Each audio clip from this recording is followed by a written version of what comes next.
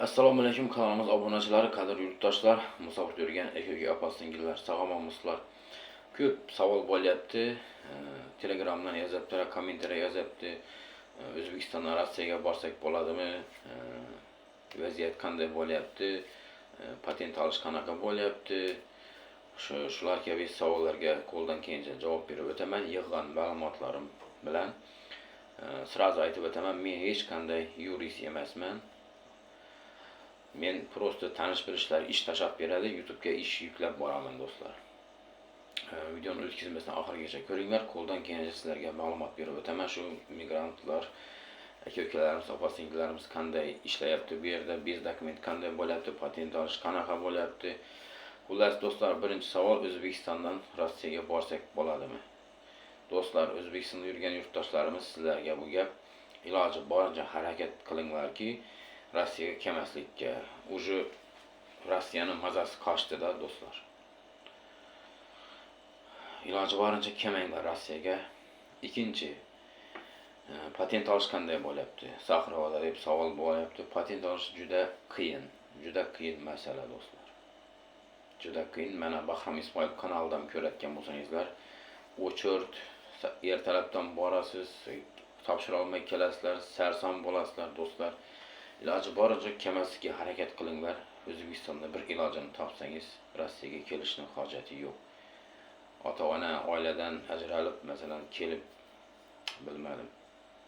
Har kim o'ziga havola, men bir narsa deya olmayman. Iloji boricha kelmaslikka harakat qilinglar. Meni tavsiyam shu. Keyin patent olish qanaqa bo'lyapti Sahroda? Juda qiyin. Hozir ham aytib o'tdim. Juda qiyin bo'lyapti patent olish. Juda qiyin bo'lyapti. Keyin Rossiyada O'zbekistondan Rossiyaga borsam bo'ladimi ishlasak? Ishlasangiz bo'ladi albatta. Sizlarga hech kim qarshi bo'lmaydi.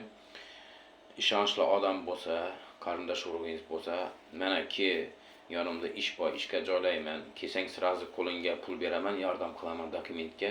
Kelgandan dokumentga topshirasan deb aniq ishonch bilan chaqirsa sizni, kelsangiz bo'ladi. Kelgandan sirazi dokument qilib ishga joylasangiz bo'ladi. Bitta do'stim chaqirdi, kelgandan keyin bir hafta yotib tur yonimda, ish izlaymiz, odam to'lib qoldi, hozir odam olmayapti. Bunday narsalarga to'g'ri kelmaydi. Rushchi unday narsa bo'lsa kelib yurmanglar do'stlar. Sarson bo'lasizlar o'zlaringiz. Keyin sizlarga bitta maslahat, Rossiyaga yangi kelganlar bo'lsa, patent oldingizmi? Ish izlangki, faqat turdoy davor bilan ofisial ishlashga harakat qiling. Qayerda ofisialni ishga oladigan bo'lsa, turdoy davor qilib beradigan bo'lsa, ishga kirsangiz bo'ladi do'stlar. Turdoy davor qilib bermaydimi? Bir oydan keyin patentingiz kuyib qoladi, siz ham kuyasiz do'stlar. Sizlarga o'zlaringizga qiyin bo'ladi.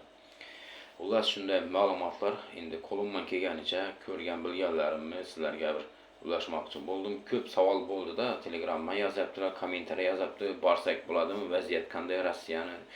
Vaziyat qanday? Kimnidir dokumenti joyida bo'lsa, ishini qilyapti, oyligini olyapti, ishlayaptilar. Kimni dokumenti bo'lmasa qo'lida, o'shalarga qiyin bo'lyapti do'stlar.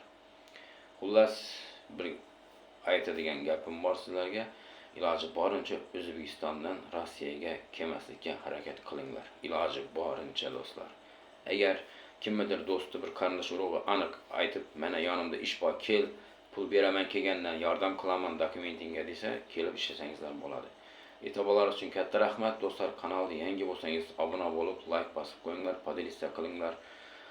Qo'ldan kelganicha ishlarni chiqarish harakat qilamiz, foydali videolarni sizlar uchun. Xayr, sog' omon bo'ling.